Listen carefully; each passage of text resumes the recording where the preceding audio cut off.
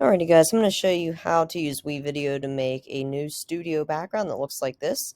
As you can see, there is room for the desk, there's room for the actual news announcers, room for the announcements to go, and then you have this nice visual effect over here. So I'm going to show you how to use WeVideo to make something like that. So to get started, go to WeVideo.com, and whenever you go to WeVideo.com, you're going to see that the starting screen looks a little bit different. Just jump into personal. They did an update. This is what it currently looks like right now.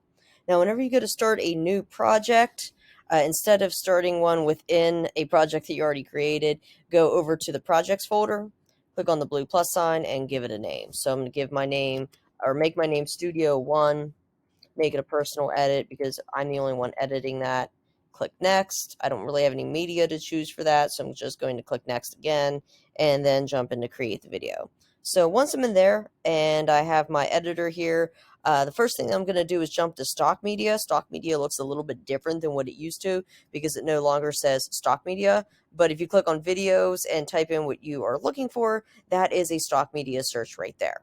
So what you're going to search for is News Studio. And if you type in those two words and hit enter, you're going to be given some different stock media options. Now, you don't want to choose something that's totally random like these people that are in a studio.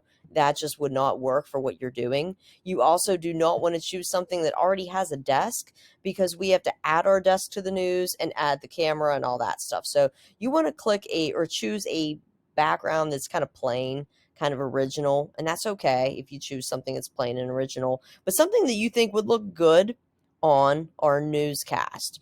So let's say you want to do this one right here, but you want to colorize it. Maybe you don't want that red. What you can do is take that and drop it down to the middle layer here, or the bottom video layer, shall I say. I'm going to zoom in just a little bit down here in my bottom right corner just so that I can see a little bit more of the frames here. And to colorize it, if you double click on it, you have your clip editor. Your option over here is going to be your color editor. And if you change the hue, the saturate or the temperature, and the tint around, that's going to change your color. Your saturation either washes out color or adds color. You want to be careful how you use that. Contrast kind of does the same thing. It either darkens it or makes it so you can't see your image, or you can see a little bit too much of the highlights. And then same with your brightness. Obviously, this looks awful, so I'm going to reset all of my values back down to 0 and play around with that a little bit more. So your hue is another word for changing like your tone. Maybe you want something like that, I don't know, maybe something like this. And then you can play around with your temperature. You've got your cooler, your warmer tones, and then you can change your tint around a little bit as well. I kind of want something that looks a little bit more blue, but I don't know for sure if that's going to work because while this was red and I make it like a purple, that kind of changes this blue to green. So it's not going to be exactly how I want it unless I took my time, kind of mess with it a little bit. Okay, there we go. So what you can do is add your image up here, which is going to be a transparent logo from Share Drive. So to add that, just go over to My Media, click on Import, Import from Social Sites, and then go to your Share Drive, go to Digital Media, go to Transparent Falcon Logos, and that's going to have everybody's logo that was added here and designed throughout the year. Some might look good standing alone, or some might look good on different colored backgrounds. You know, it all depends as an editor what you think is going to mix and match the best. Again, it's up to you as the editor to decide, and you're not going to know until you find one and you put it in there and you work with it. Now, you don't want something that says Cam's Weather or that says Cam Sports or Falcon Sports because that just doesn't work for the whole overall news broadcast. But you're going to want something that says Constable Middle School or Junior Falcon News, something like that. So I'm going to jump into Cam's News. It's random, it's different. Now, as you can see, I've already added these ones over here. This one that I just selected is still importing. Once it is loaded, you can click on it to see what it looks like, and then you can drag and drop it down.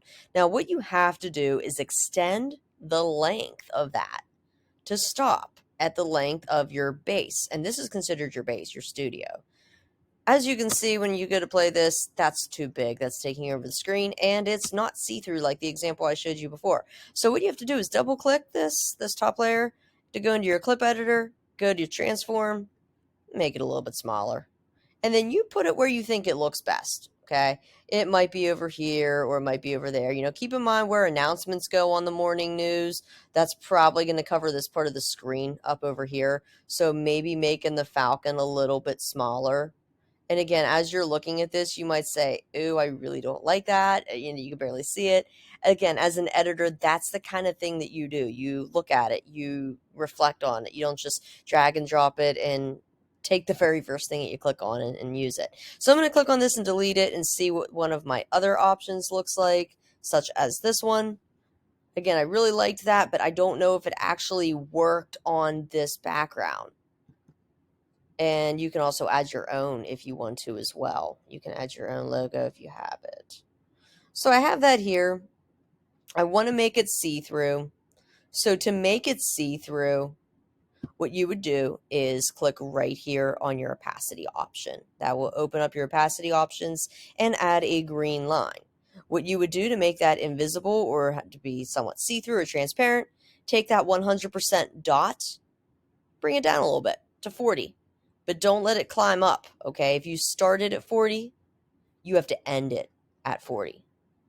So bring it down a little bit, maybe like that. And again, you don't know what it looks like until you go back and play it. You may like the size of that, you may not like the size of that. Double click it, transform it, change it around a little bit. Whatever you think looks best as you edit. Maybe what you might want to do, I don't know, you might want to cover that globe up altogether with announcements. Not that you'll be adding in the announcements, but you'll at least be making room for them. So maybe you as the editor, you might like that better over here. And if you like it better over there, then that's where you'll want to drop it. And keep in mind our desk and our people will be there.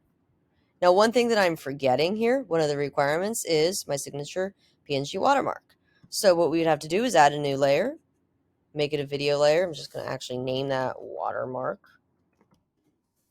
and add your watermark. So you would have to go back to your media, go back to import, or it may actually be there buried somewhere from before. Only thing is it might say 2021. So if you want to make a new one, go ahead. For an example here, I'm just going to throw in my 2021. Now, when you do this, again, you do not want your name to be taking over. So double click it to go to your clip editor, bring it down really small in size, like barely visible, but enough that you can actually see it there.